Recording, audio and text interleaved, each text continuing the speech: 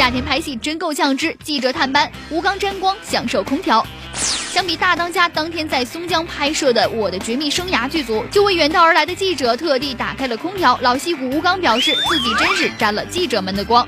因为天上海真的是太热了。其实今天你们来，好像知道你们要来似的。今天我们选这场景里边还有空调，仅此一天。小编点评：向所有在高温下坚持岗位的同志致敬。乐翻天综合报道。